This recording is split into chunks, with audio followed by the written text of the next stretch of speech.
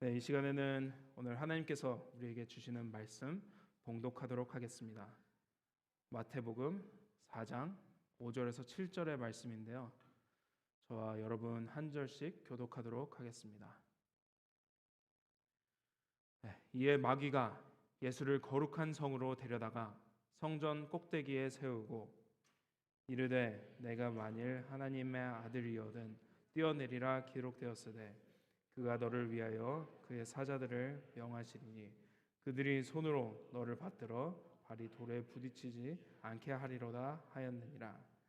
함께 봉독하겠습니다. 예수께서 이르시되 또 기록되었으되 주 너의 하나님을 시험하지 말라 하였느니라 하시니. 아멘. 저번 주 본문 말씀에서 예수님께서 받으신 첫 번째 시험에 이어서 오늘 본문 말씀에는 예수님께서 사탄에게서 두 번째 시험을 받으십니다. 예수님께서 시험을 받으신 이유는 하나님의 아들이셨기 때문이고 그리고 하나님의 아들로 살아야 하셨기 때문에 시험을 받으셨습니다. 예수님의 존재와 정체성 그리고 그의 사명에 도전해서 사탄은 예수님을 시험합니다. 첫 번째 시험에서 봤듯이 하나님의 뜻에 반대되는 것을 좋아 보이게 치장해서 속게 하는 것이 사탄의 목적입니다. 하나님은 예수님께서 음식 없이 광야에서 금식하기를 원하셨는데 만약에 사탄의 유혹대로 예수님께서 배고프신 것을 해결했더라면 하나님의 뜻에 반대되는 죄를 범하게 됐을 것입니다. 하지만 예수님은 첫 번째 시험에 말씀으로 답하시면서 유혹을 이겨내시고 두 번째 시험에도 말씀으로 이겨내십니다. 5절에 이렇게 나와 있죠. 이에 마귀가 예수를 거룩한 성으로 데려다가 성전 꼭대기에 세우고. 아멘. 5절에서 나오는 거룩한 성은 예루살렘을 뜻합니다. 그리고 정확히 어느 성전인지 나와 있지 않지만 요세푸스라는 유다의 역사가는 성전의 제일 높은 곳에서 밑을 바라봤을 때 아주 어지러울 정도로 엄청 높은 곳이었다고 표현합니다. 네, 위슬러에 픽 투 픽이라는 곤돌라가 있는데 산 정상에 가까운 데서 반대쪽으로 운행하며 이 제일 높은 곳은 한 436m 정도 되고 이 여러 개의 곤돌라 중에 두 개는 가운데 바닥이 유리로 돼 있어서 밑을 내려볼 수 있어서 아드레날린을 아주 자극하게 하는 것입니다. 저도 몇 년 전에 타봤는데 이 곤돌라처럼 높은 위치에 있는 성전 꼭대기는 고소공포증이 있으시다면 올라가지 못할 것이라고 생각이 듭니다. 그리고 사탄이 직접 예수님과 성전 꼭대기로 이동했는지 아니면 환상으로 보인 건지는 명확하게 나와 있지는 않습니다. 하지만 정확히 어느 장소에서 시험을 받았는지가 중요한 것이 아니라 시험의 목적은 내면을 공격하는 것이기 때문에 이 시험의 내용이 어떻게 예수님을 유혹하고 시험하는지에 집중하는 것이 중요합니다. 6절에 이렇게 나와 있습니다. 이르되 내가 만일 하나님의 아들이거든 뛰어내리라 기록되었으되 그가 너를 위하여 그의 사자들을 명하시리니 그들이 손으로 너를 받들어 발이 돌에 부딪히지 않게 하리로다 하였느니라. 아멘. 첫 번째 시험의 시작과 같이 하나님의 아들이면 증명해 보라고 사탄이 말합니다. 그리고 첫 번째 시험에서 하나님께서 공급하실 것이라는 예수님의 믿음을 확인했다면 그 확신을 사용해서 사탄은 오히려 예수님을 시험합니다. 사탄은 우리의 약점을 사용해서 우리를 공격하기도 하지만 우리의 장점을 사용해서 공격할 때도 있습니다. 예수님은 세례 요한을 통해 세례를 받으시고 첫 번째 시험을 통해 하나님을 향한 믿음을 재확인했을 때 사탄은 오히려 역으로 사용하려고 합니다. 지난주에도 목사님께서 나누셨는데 은혜 받았을 때 하나님을 믿는 믿음으로 살겠다는 확신을 가지며 주일 예배가 끝나고 집으로 가는 중에도 차 안에서 말다툼이 있을 때가 있고 받은 은혜를 잊어버리게 하는 일들이 있습니다. 저만 그렇지 않다고 생각합니다. 네, 사탄이 절대 우리를 건드리지 못할 것이라는 생각하며 방심할 때 사탄은 그 틈을 타 우리를 시험합니다. 유튜브 영상에도 보면 이런 제목의 영상들이 있습니다. When people celebrate too early. 다 이겼다고 생각하고 어떤 운동대회에서 다 이겼다고 생각하고 결승선을 넘기도 전에 막 좋아하고 막 셀러브레이트 할 때 갑자기 바로 뒤에 있던 선수가 역전을 합니다. 아주 황당한 상황이죠. 승리를 확신하고 있을 때 갑자기 추월을 당하고 승리를 놓치듯이 방심하는 상황에서 사탄은 공격을 하고 넘어지게 합니다. 그래서 우리는 삶 가운데 하나님의 은혜 가운데 허락하신 승리의 일들에도 겸손해야 하는 것이고 또한 사탄이 틈타지 못하도록 항상 깨어 있어야 하는 것입니다. 또한 사탄은 말씀으로 답을 하신 예수님을 따라해서 시편 91편 11절 12절의 말씀을 사용해서 예수님을 시험합니다. 마치 사탄이 어라? 말씀으로 답했어? 나도 말씀으로 시험해야지. 말씀으로 유혹해야지. 라는 것처럼 사탄도 말씀을 알고 있고 하나님의 존재를 믿습니다. 하지만 차이점은 이겁니다. 말씀을 어떻게 해석하고 믿음으로 어떻게 적용하는 것이 중요한 것입니다.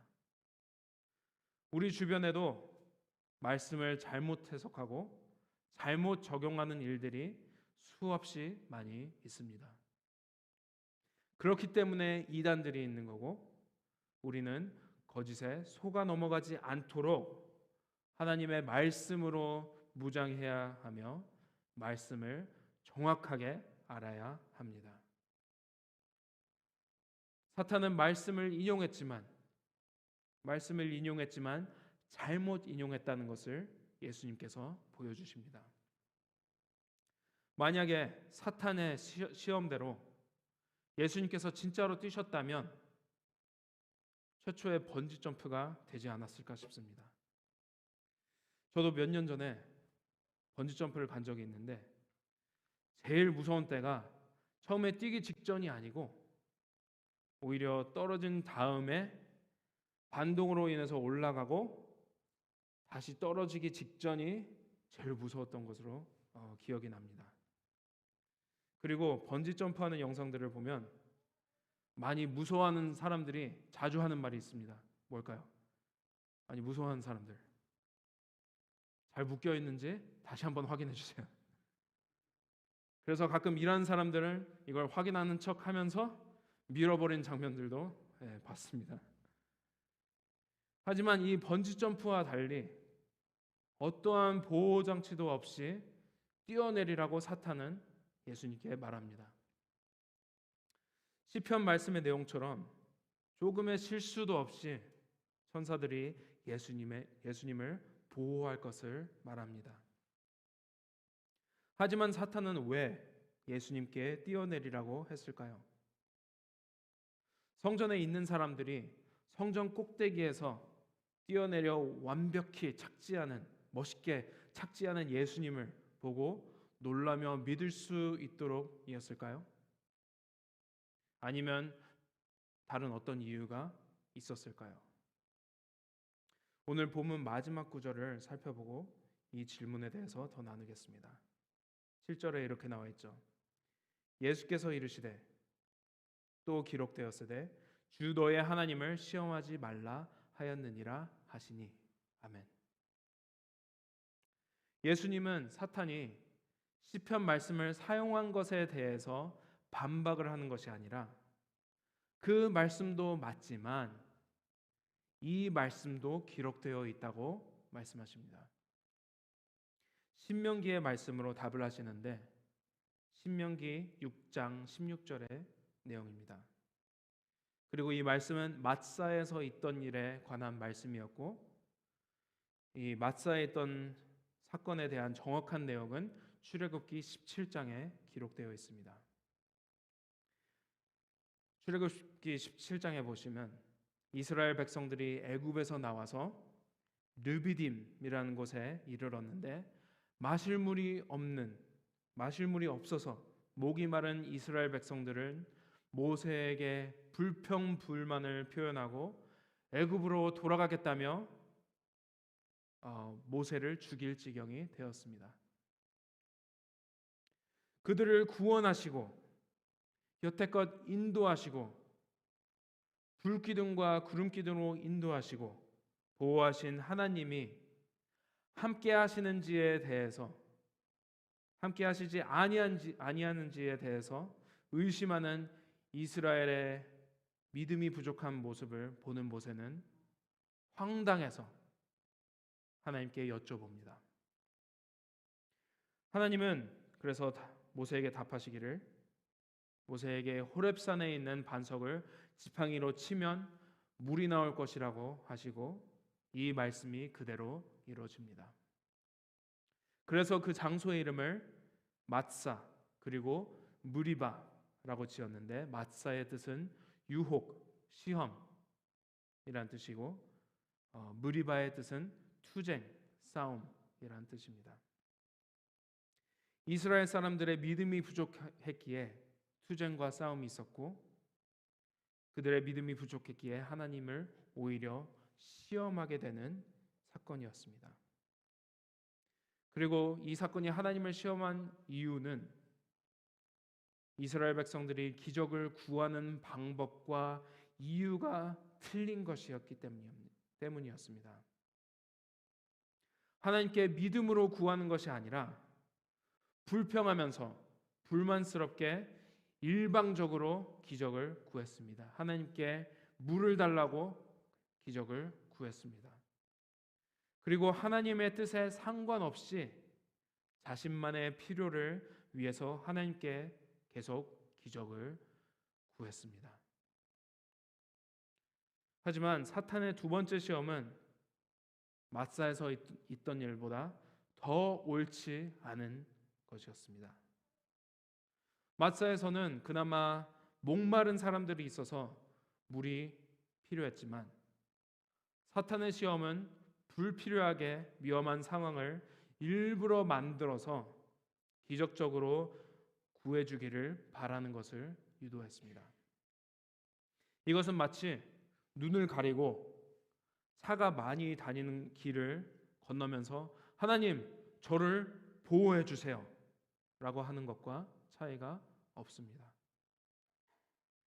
일부러 불필요한 위험에 뛰어들면서 하나님께서 당연히 기적적으로 구해 주시겠다는 생각을 하면 안 됩니다.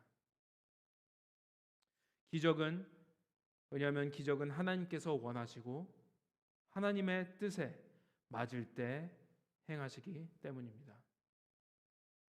그리고 이미 하나님과의 완전한 신뢰 가운데 계셨던 예수님이셨기 때문에 그 관계를 시험할 필요가 없으셨습니다.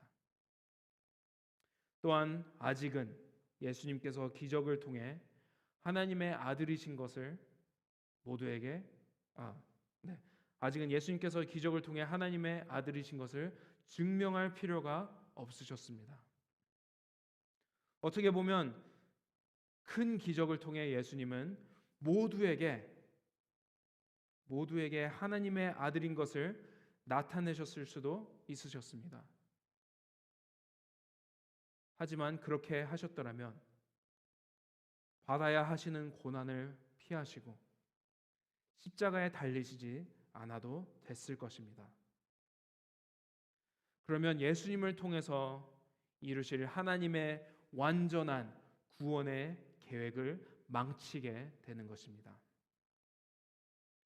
그래서 예수님은 사탄에게 하나님을 시험하면 안 되는 것이라고 말씀으로 답하시고 하나님의 뜻을 이루시기 위해 기적을 행하시지 않으시고 뛰어내리라는 사탄의 유혹을 뿌리쳐내십니다. 네, 말씀을 정리하겠습니다. 네, 찬양팀 올라와 주시고요. 사탄은 우리에게도 계속 유혹합니다. 남에게 피해가 안 가면 괜찮다. 아무도 모르게 하면 괜찮다.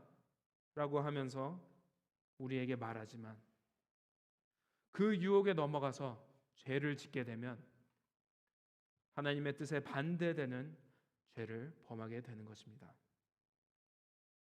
그래서 하나님과의 관계를 파괴하게 되고 이웃과의 관계도 마찬가지며 우리 삶을 무너뜨리게 하는 것입니다.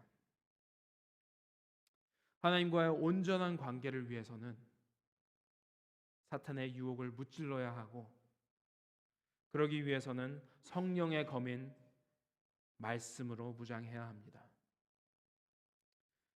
그래서 하나님의 뜻을 구하고 항상 깨어 있으며 그 말씀에 순종하는 삶을 살아야 하는 것입니다.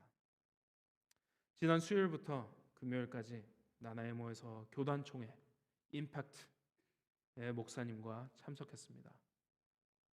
Boldly forward, never alone 이란 주제로 여러 가지를 나눴는데요. 저희가 예수님의 몸된 교회로서 하나님의 임재 안에서 담대히 나아가며 서로 협력해야 할 때입니다. 사랑하는 얼라이브 성도 여러분, 진리의 말씀을 붙잡고 사탄의 유혹을 이겨내며 하나님의 뜻대로 살아가며 서로 협력하며 담대히 전진하는 삶을 살아가는 저희 교회가 될 수 있도록 주님의 이름으로 축복합니다. 시간 함께 찬양하겠습니다.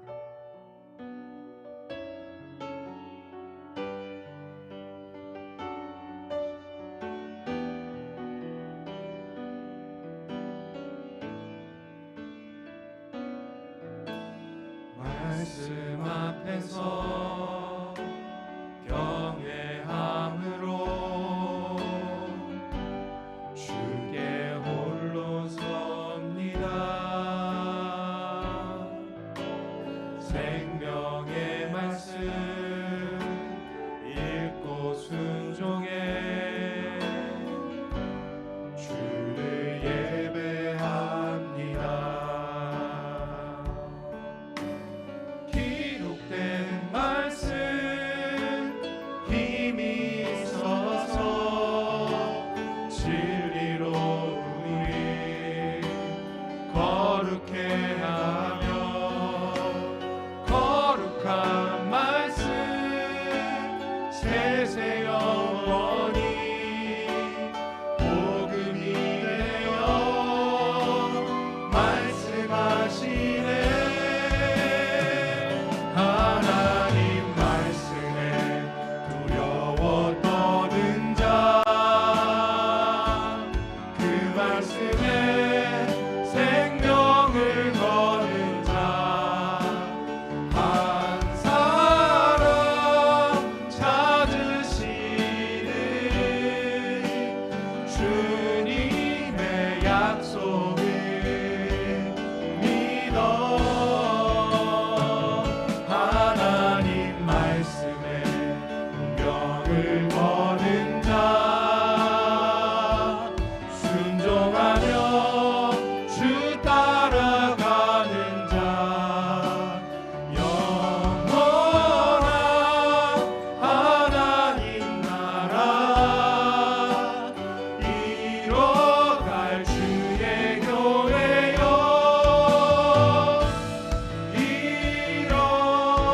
일어나라. 다시 처음부터 찬양하겠습니다. 말씀 앞에서 경외함으로 주께 홀로 섭니다.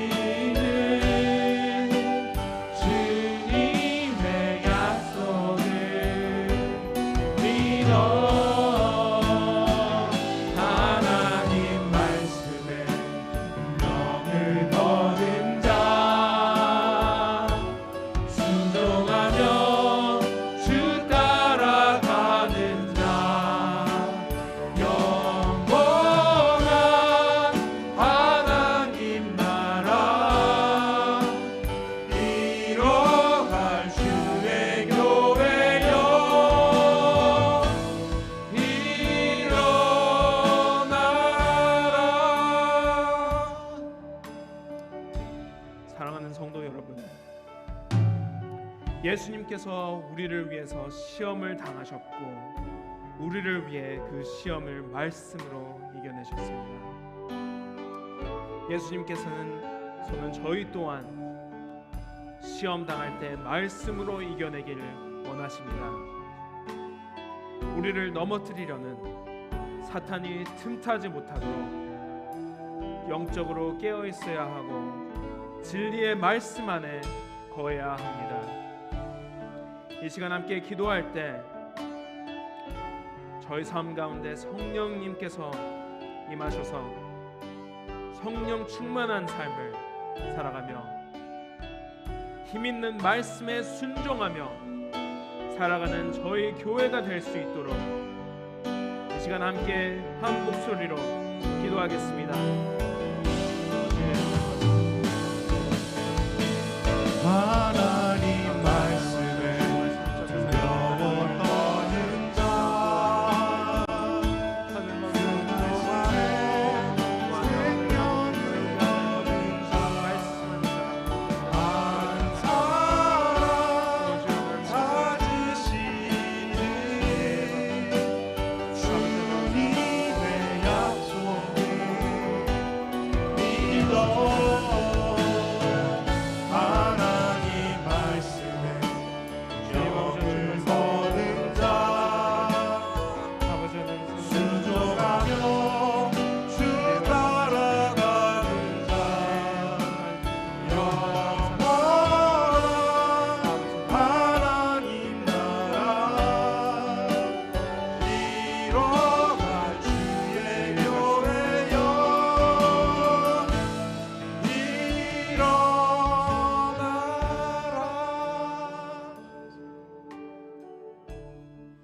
거룩하신 하나님 아버지,